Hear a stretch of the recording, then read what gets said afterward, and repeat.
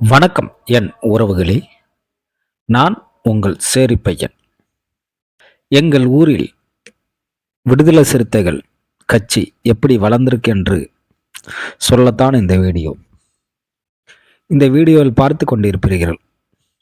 VCK எப்படி வளர்ந்திருக்கின்றது நீங்களே பாருங்கள். பறக்குதா கொடி? கொடி பறக்குதா என் உறவுகளே? எவ்வளவு உயரத்தில் பறக்கின்றது. கள்ளக்குறிச்சி மாவட்டத்தில் 61 அடி தலைவர் திருமா அவர்களின் பிறந்தநாள் 61வது பிறந்தநாள் அன்று 61 அடி கொடிக்கம்பத்தை நிலைநாட்டின முதல் எங்கள் ஊர்தான்.